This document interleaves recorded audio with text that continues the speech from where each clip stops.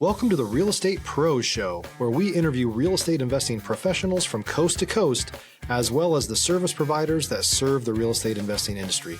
Our goal is simple: share what's working now to help you improve and scale your business to the next level and meet the pros that can help you get there. Real Estate Pros is powered by Investor Fuel, America's leader in helping real estate investors and professionals build the business you need to live the life you've always dreamed of. Let's start today's show. Property insurance for real estate investors doesn't have to be difficult, but it does need to be there to protect you when you need it. MyInvestorInsurance.com not only provides insurance at 15 to 30% cheaper than traditional agencies, it's built specifically for real estate investors like you.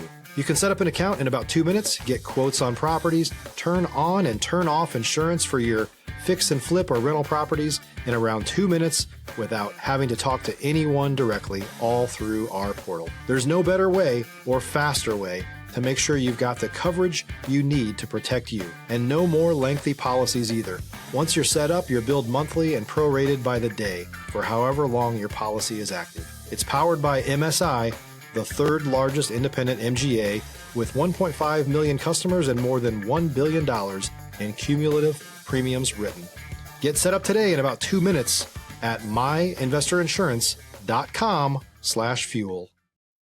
Hey everybody, welcome back to the show. I'm your host, Dylan Silver, and today on the show, we have a real estate entrepreneur, Brendon Walker, out of Boston, Massachusetts. Brendon, welcome to the show.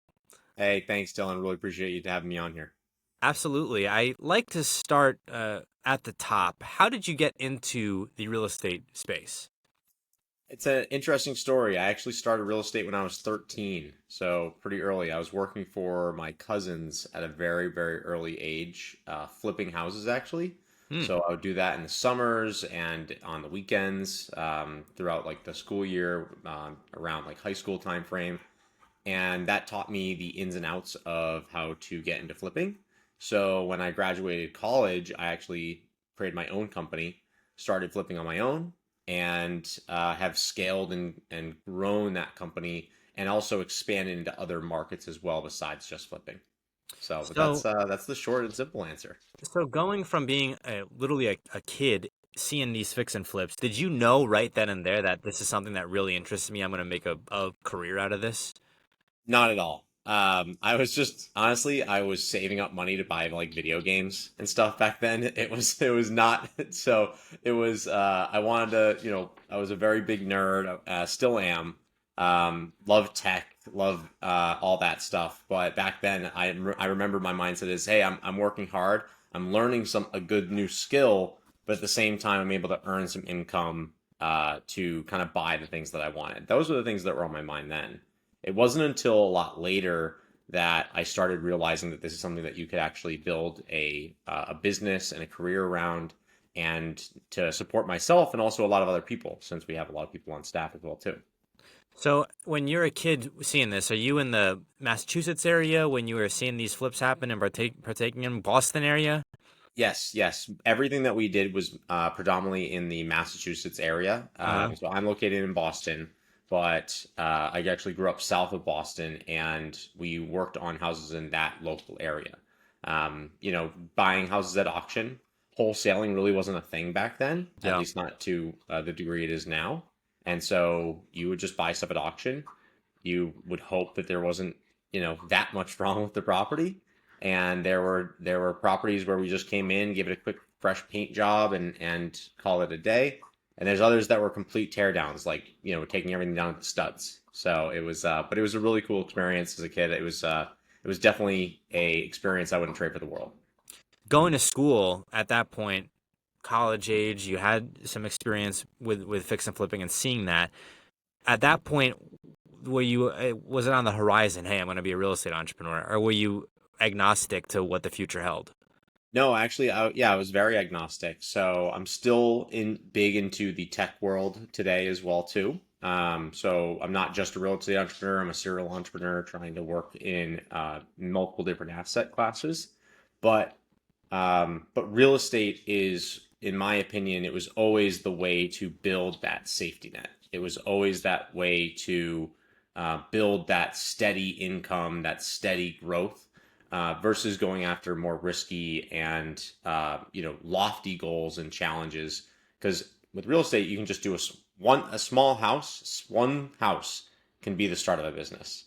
Yeah. Whereas when you're talking about large tech, you're talking about major decisions, massive teams, software development, et cetera. There's a lot of different components.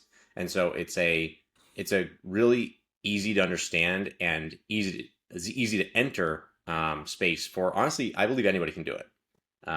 We all live in houses. We all understand the basics that need to get put in. And so it's all about budgeting time and process. I'm with you, Brendon. It's so expensive to own real estate right now that you might as well learn everything about it, because it's going to cost you emotionally one way or the other, right? So you're going to have to put in the effort to learn how to buy a house so that you can buy a house, and to learn how that's going to make sense for you and your family. Or you might as well be like, I'm already putting in so much effort. Let me figure out how to bootstrap this and make a business out of it. And in a way, that's kind of what got me into the business. I don't know how common this thought process is, but I was selling cars, working for a Nissan dealership in San Antonio, and I've said this on other podcasts. And I just felt like I'm paying so much money in rent to live at this apartment, and I see housing prices. Like, if I can't beat them, join them. I knew nobody. I didn't have realtors, fix and flippers, builders. I knew nobody. But I just started off with going to meetups, went to a conference, paid a bunch of money to get there, started wholesaling, and ended up working with a company that does that. And then it just grew from there. And so in your experience, because you had family that were in the business, you had that early exposure. But then once you graduated from school, did you get the bug again, so to speak? Did you realize I'm going to dive back into this? Stop living on an island and join the #1 mastermind in America for professional real estate investors. Investor Fuel is a community of hundreds of the nation's top investors working together to build stronger businesses and better lives. In addition to the amazing community of real estate investors acting as a board of advisors for one another, Investor Fuel members have access to 100% funding on purchase and repairs for our members only, a health insurance program, and benefits and discounts that more than pays for the membership of most of our members, meaning it's actually costing you money to not be a member of Investor Fuel. If you're looking to scale your business and build a business that allows you to live the life of your dreams, please visit investorfuel.com today and book a call with our team. Absolutely. So just like I said before, it was what I knew to be the safety net, right? I think of like the 401k as the bare minimum of trying to save for your retirement. If you read up some articles around that, you'll also tend to find that the 401k sometimes for certain asset classes or certain income levels, you won't reach the amount that you need to retire based on just a 401k. And so that was my original thought. It's, hey, how do I build my safety net so that way I can retire on both real estate and my 401k rather than just one or the other. And so that was really the key motivation behind that. Since I want, even though at an early age, 20, 22 when graduating, I really wanted to understand how am I going to plan for my future? And if I can I retire when I'm 40 if I wanted to? But I know that's not going to be the case. I know I'm going to keep working even if I get to that point. Yeah. But no, the real desire just came from making sure to be able to support myself and to support my family and to eventually be able to retire with enough money in the bank. If you're looking for consistent, high-quality leads, look no further than Investor Machine. Investor Machine isn't just another agency. It's the most sophisticated, data-driven lead generation company on the planet for real estate investors, and serves the role of being not just a lead generator for your business, but a marketing partner that is helping you achieve your goals along the way. Go to investormachine.com to learn more and schedule a call with our team today.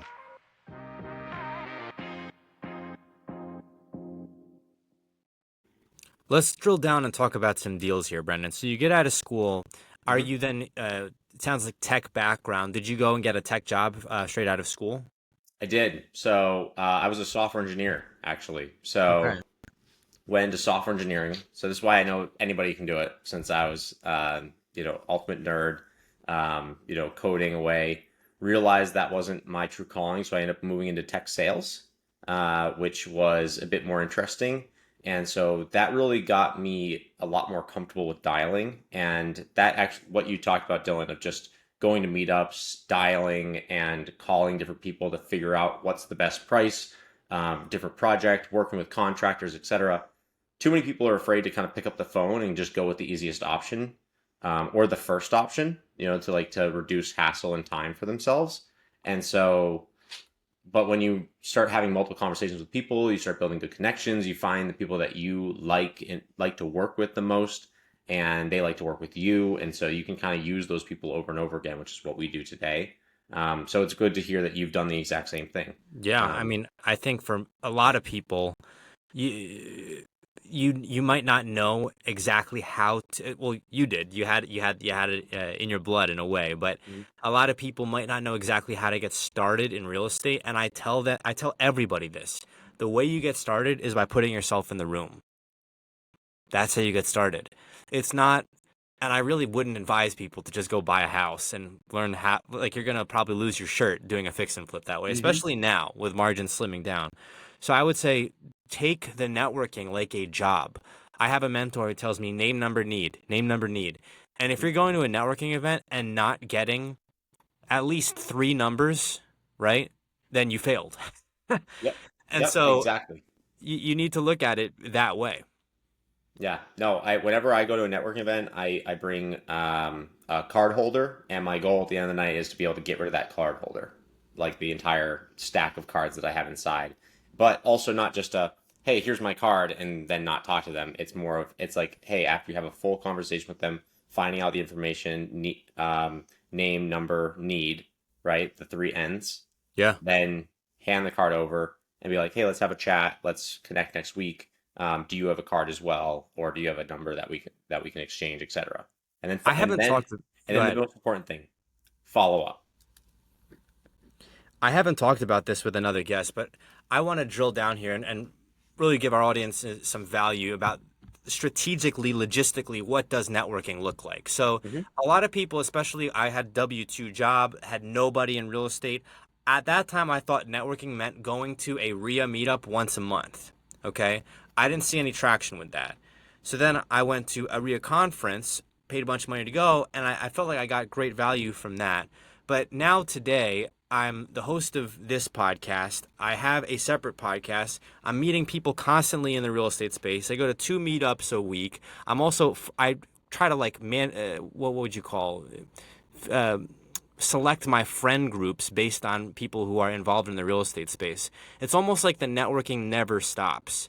And so if I would have told that earlier version of myself, like, this is what networking is, I would have been like, that sounds crazy. And so I'm curious, in your perspective, what strategic and logistic steps can people who are on the outside looking in take to bootstrap their networking journey in real estate? Absolutely. So I think you nailed 2 right on the head there of, just going to local real estate meetups, I think is a really good way just to kind of get your feet wet. You're not going to find too many key people there that are going to work for you, but it's good to know because they might have valuable insights in the industry or the location that you're at. And it's just good to know that there's other people doing similar things that you're doing in your local area. There is so much real estate out there that, having competition is a good thing, and there's plenty to go around, really. There's not too many people that are out there just stealing all your deals, so you don't have to worry about that. But just going out there, going to your local real estate meetups that are having, and if you don't have one, start one. Say that you're an inexperienced real estate person and you're looking for people to start signing up and working with you. I have a friend of mine who literally just did that and had 40 people go to the very first one that they hosted. So it's all about networking, advertising, and getting involved. One of the other ways that is social media as well too. So when you're scrolling, I don't know how your algorithm is calculated to you, but mine is all business, real estate, and tech focused. So when I'm scrolling through and I'm looking at different people's posts, I create some real estate posts as well too. I'm looking at all other people's and here's some good advice that they give out. I'll actually message them and leave them a DM and kind of say like, hey, really like this post that you talked about this. Would love to connect.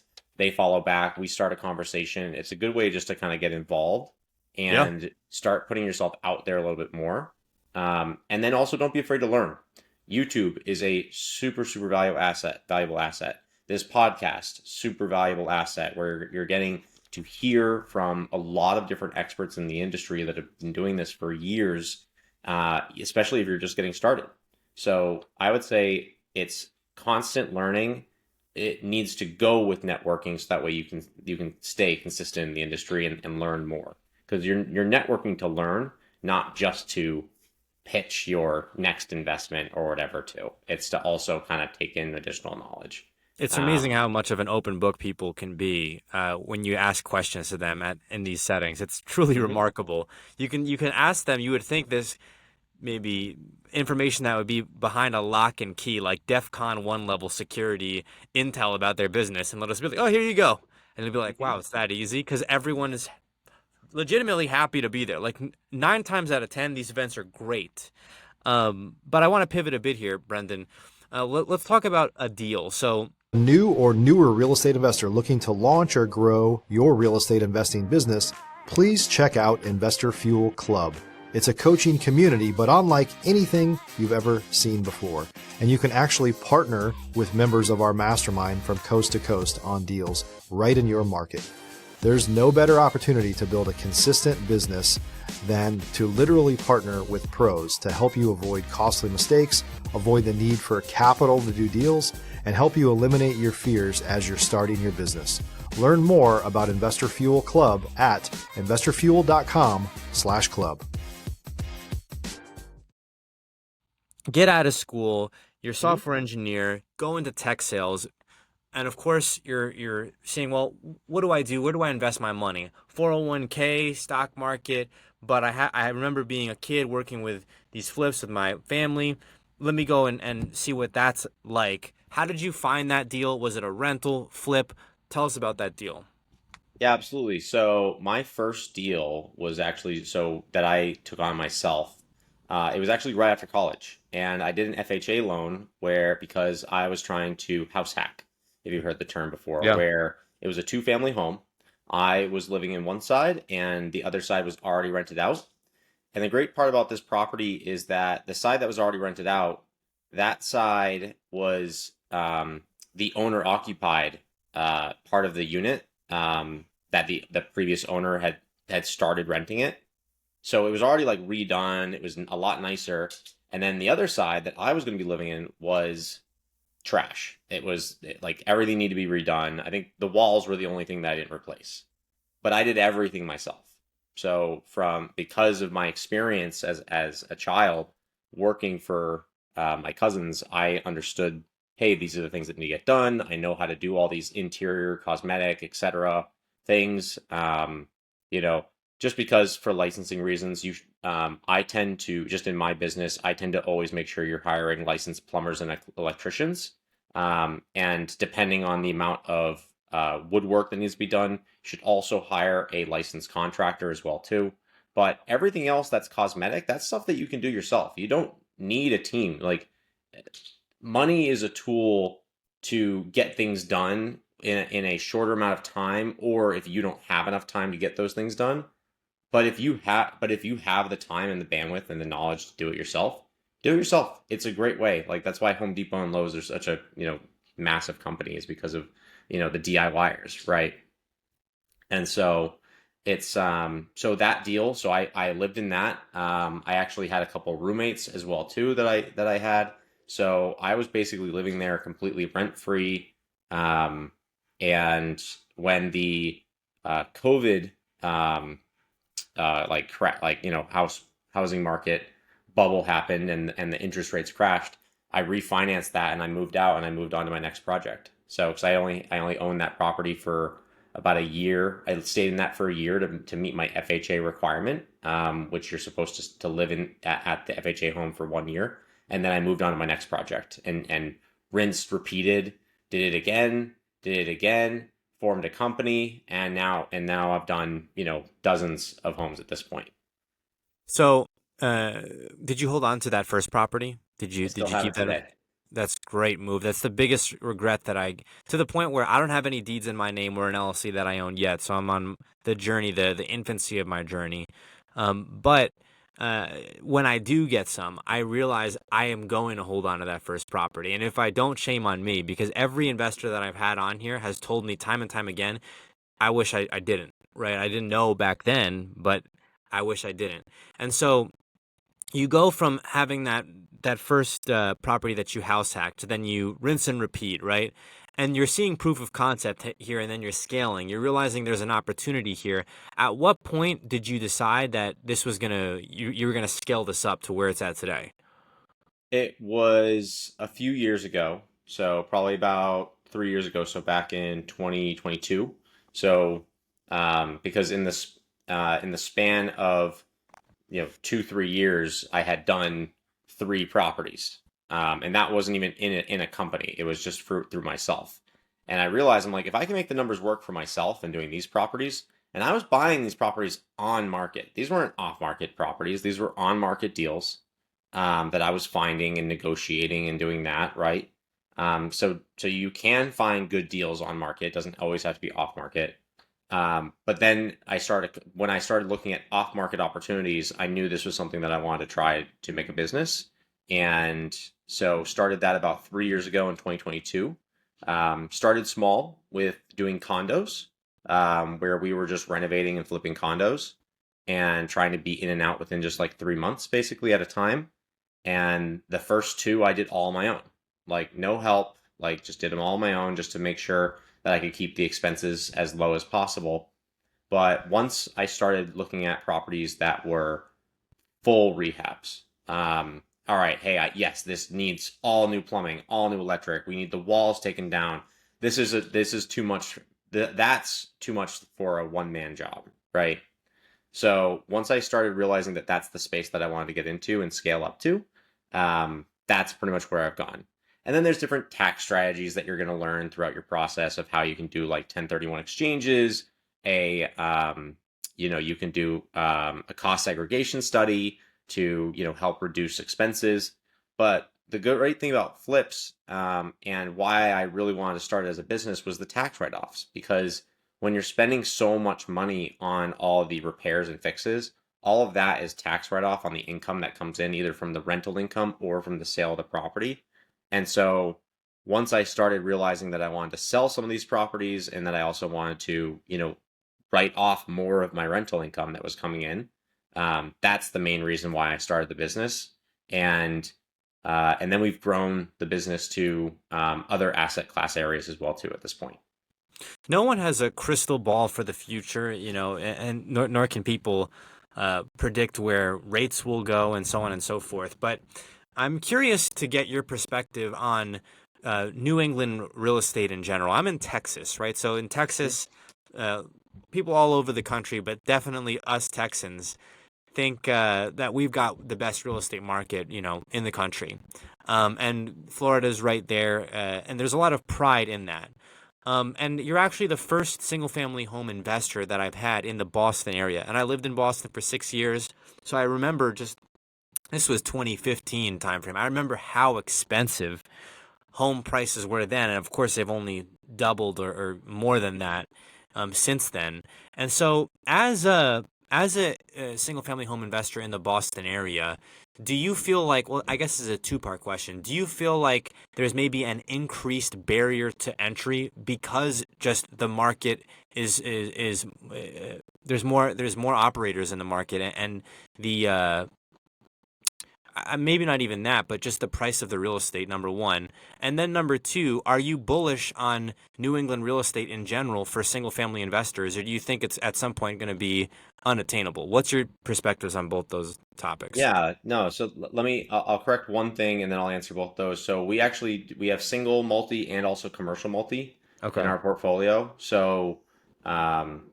But we haven't done any like regular commercial real estate yet, but it's primarily been rentals on the commercial rental side or all the way down to single family. Any single family we usually flip, we don't rent out. The numbers in Massachusetts don't work out for single family rentals, and that's not the case out west.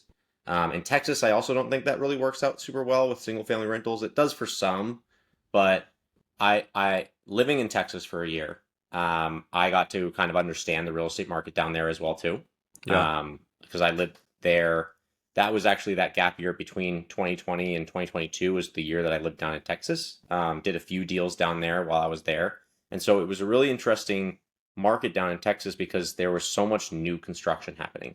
You could Yeah. buy these beautiful brand new homes for like 400,000 to 600,000 when in Mass, a single family home that's like crap, that's like 150 years old is going for the exact same price. Yeah. And so that was like a big game changer for me, like kind of just like, it was almost like shock. It's like, wow, it's like, all right, my quality of home and house like could be so much better down here, but what's the trade-off? Like there's different taxes in Texas, so like there's things you need to educate yourself when you're deciding if you want to move for the cost of living, because Massachusetts is definitely expensive. It's one of the top three most expensive places to live in the United States. Yeah. California, it's New York, California, Massachusetts, top three. And so, and not in that order. I think they change. They're interchangeable.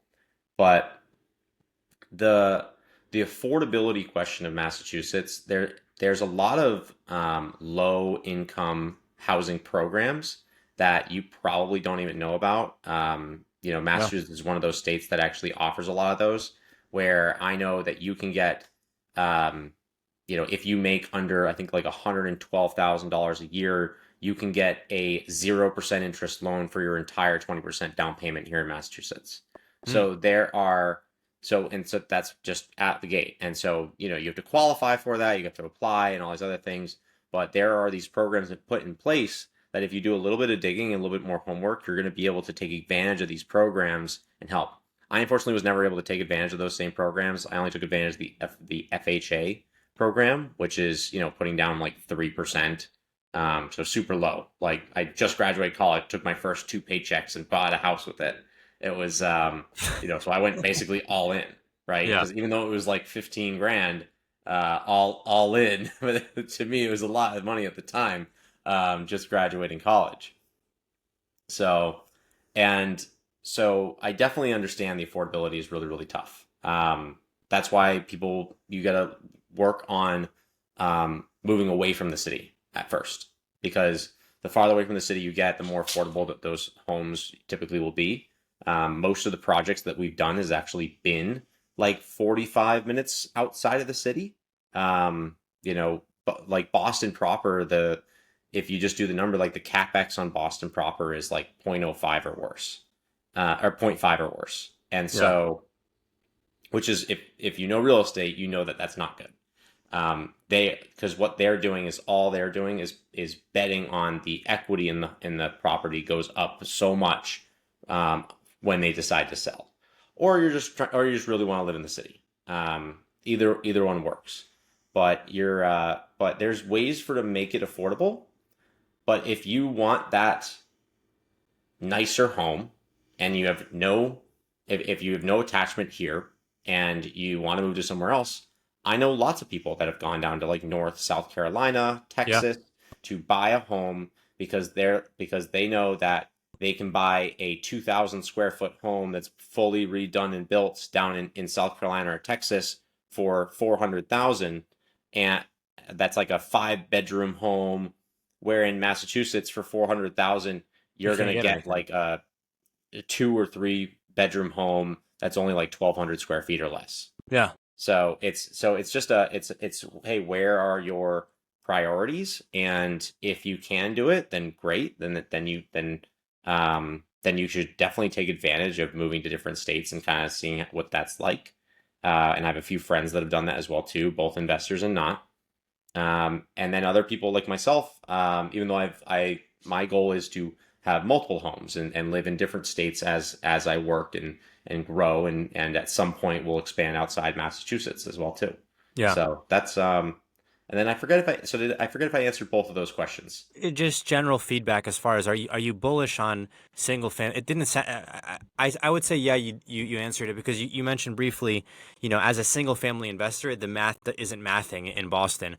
It's tough in Definitely not in Texas Boston. too. Outside, it works. And Yeah. then general advice of where I think the market's going. I actually think with the most recent changes to our government and tariffs and things like that, I think the market's actually going to be taking a slight dip. Yeah. So I think we'll start seeing home values come down for a short period of time.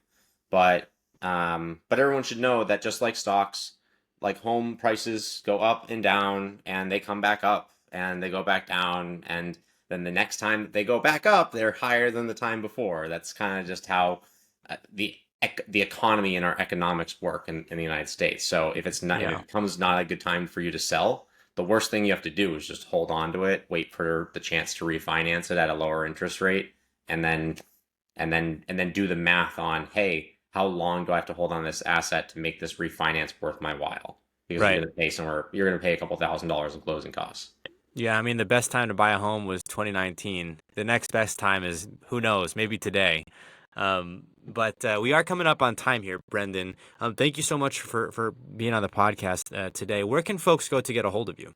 Absolutely. So you can find me at walkercapitalinvestments.com. My email will be there. My email is Brendon, BRENDON .walker@walkercapitalinvestments.com. And the main thing that our company is doing right now is we're expanding. So we are looking for investors. We'll be launching our real estate investment fund, where we're going to be offering an 8% return on investment for a 1-year commitment period for our investors. So think of it as like a short-term REIT. That's pretty much how we're doing that. It's not something that's really available today in real estate. Most of the time, you're going to be holding 5+ years, and even though it's a lower rate of return. And then on the other side, we also do fundraising for our larger commercial deals, which those offer much greater returns, sometimes maybe 2 to 3 times more than 8%. But those are usually a lot longer commitment periods. So if you are an accredited investor and you're interested in working with Walker Capital on some of these deals here in Massachusetts, where we're actually doing a lot of value add real estate development here, for both low income housing and for high income market housing, then please feel free to reach out to me via email, and be happy to have a conversation and see where things go. Brendon, thank you so much for coming on the show today. Dylan, thank you so much for your time. Thanks for joining us for today's Real Estate Pros Show. You can learn more about the amazing benefits of the Investor Fuel Mastermind community, including surrounding yourself with hundreds of other rock stars, 100% financing for your deals, and members-only discounts from vendors you're likely already using that, as a member of Investor Fuel, will save you more than the cost of your membership. Visit investorfuel.com to learn more. If you're interested in joining us as a guest of this show, please visit investorfuel.com/pros to apply. You can also check the show notes for access to free resources, how to get access to world-class lead generation, and much more.